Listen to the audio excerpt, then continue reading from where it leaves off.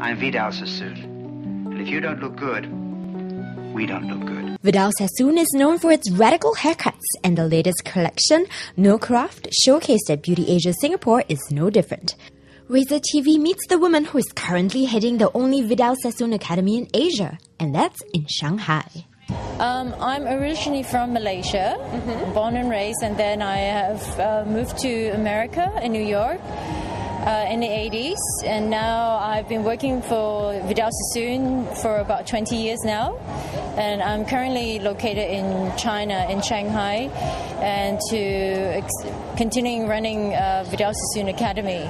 Given a background, we had to ask, what's the difference in cutting Caucasian hair versus Asian hair? The way we cut hair, our technique are tailor-made to cut globally all different kind of hair textures. In America, there is much of a melting pot. So you do get a quite wide range of varieties, from fine texture, wavy and curly or straight. And in Asia, the hair texture tend to be a bit stronger. The cuticle tend to be a bit bigger. So you do deal with different kind of structure and texture.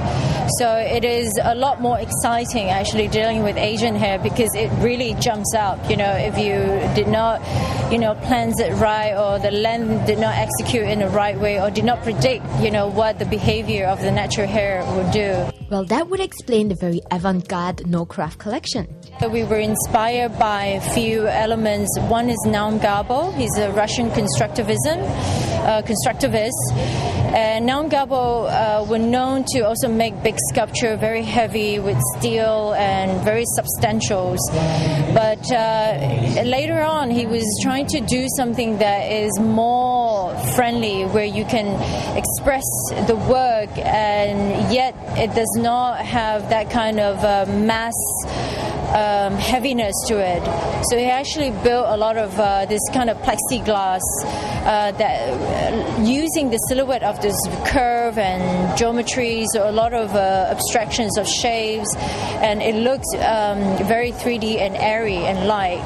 So therefore we are using this element into our haircut. So in hair translations, we actually cut a hairstyle where the back of the hair, it's all being taken really short, so we call really tight short, and trying to reveal and expose the nakedness, of this beautiful head shape of a woman.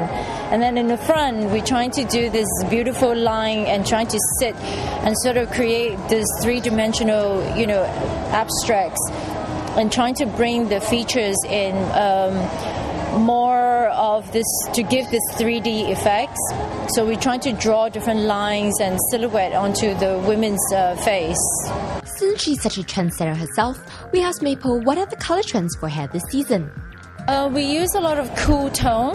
Cool tone, generally speaking, is very tricky on Asian skin because Asian skin tend to have green pigmentation and yellow pigmentations, undertones. So therefore, we will use like a maroon that is ash tone, or we use purple, which is a very good tone also for. Which you have a bit of in your hair. Yes, exactly. I would probably, would go for something even darker, like a black would be an ash black.